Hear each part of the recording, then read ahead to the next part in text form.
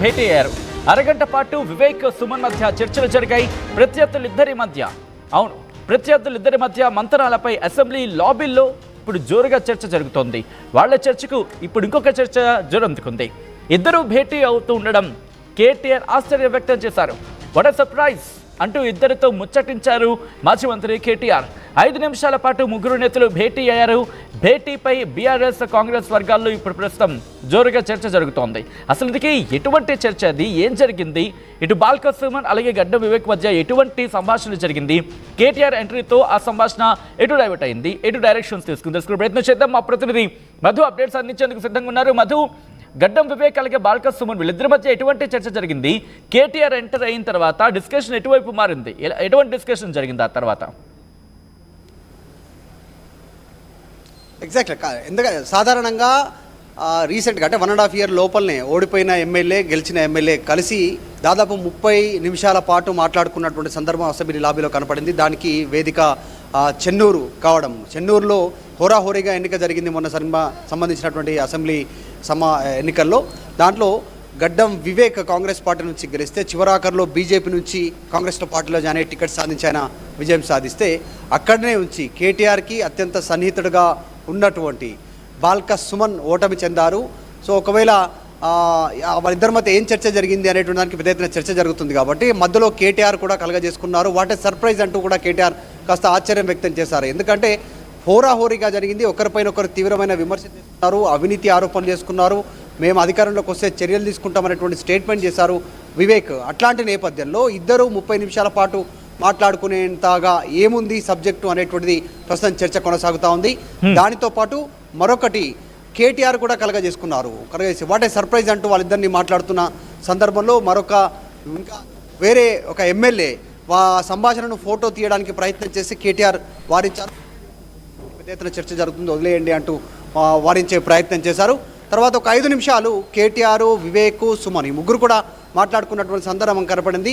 పార్టీల పరంగా వైరుధ్యం ఉంటుంది, పచ్చగడ్డి వేస్తే బగ్గుమనే సిచ్యువేషన్ ఉంటుంది ఇద్దరి మధ్యలో. కానీ అసెంబ్లీ లాబీలో మాత్రం చాలా నవ్వుతూ కలివిడిగా కలిసి దాదాపు అరగంటకు పైగా చర్చ జరగకపోవడంతో ఏం చర్చ జరిగి ఉంటుంది ఇద్దరి మధ్య అనేటువంటిది పెద్ద ఎత్తున పొలిటికల్ సర్కిల్లో దీనిపైన మాట్లాడుకుంటున్నటువంటి పరిస్థితి. రీసెంట్గా ఎస్సీ వర్గీకరణ జరిగింది. ఎస్సీ వర్గీకరణకు సంబంధించి కూడా ఇద్దరి మధ్య చర్చ వచ్చి ఉండొచ్చు అనేటువంటిది కూడా రాజకీయ వర్గాల్లో దీని గురించి మాట్లాడుకుంటున్నారు. దానికి రీజన్ ఇద్దరు మాల సామాజిక వర్గానికి చెందినటువంటి నాయకులు, ఇద్దరు బాల్క సుమన్ తర్వాత వివేక్.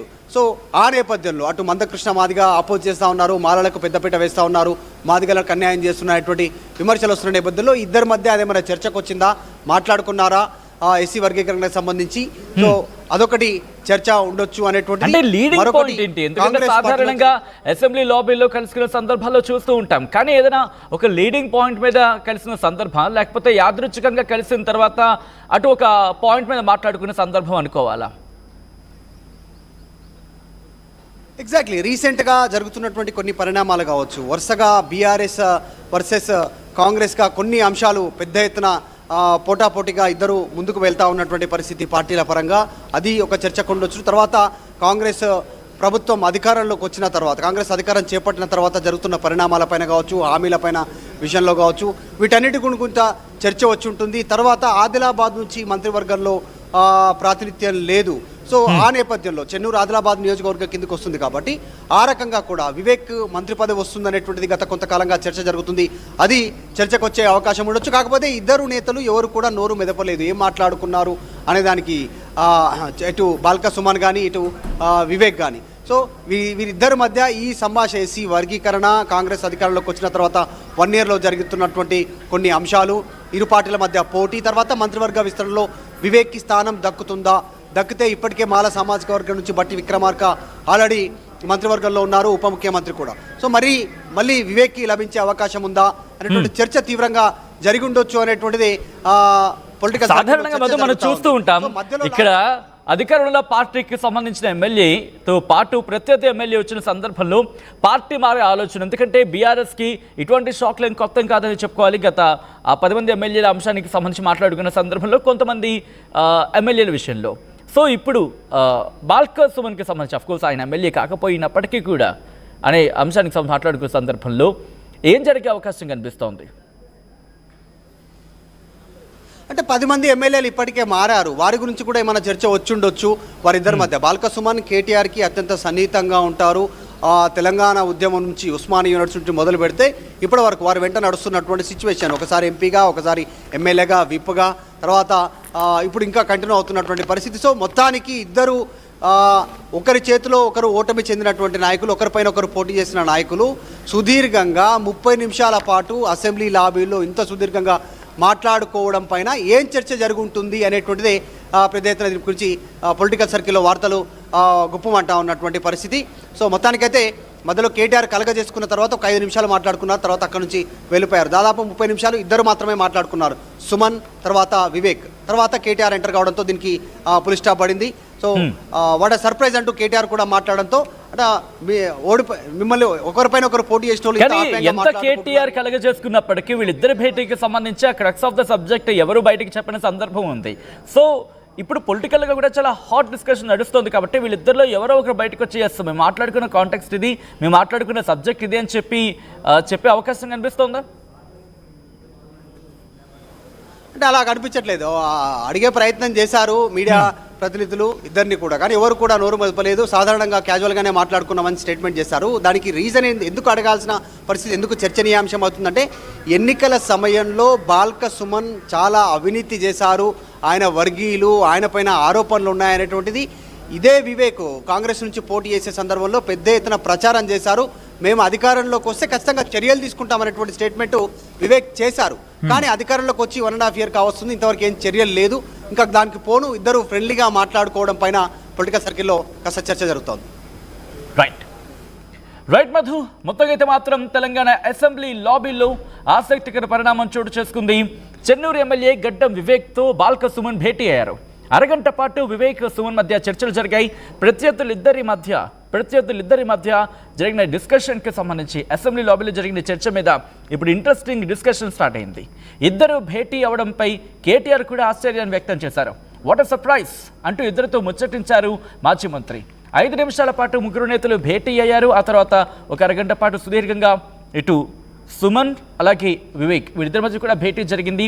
ఇప్పుడు భేటీపై బీఆర్ఎస్ కాంగ్రెస్ వర్గాల్లో జోరుగా చర్చ జరుగుతోంది. వీళ్ళిద్దరి భేటీ వెనకాల ఆంతర్యం ఏమై ఉంటుంది? కమెంట్ చేసే ప్రయత్నం చేయండి. మీ సివిల్ సర్వీసెస్ కలను సాకారం చేసుకోవడానికి Vishnu IAS academy general studies prelims cum mains batch, anthropology, sociology, PSIR optionals April 21న ప్రారంభం. Join Vishnu IAS academy, fulfil your dreams of serving nation.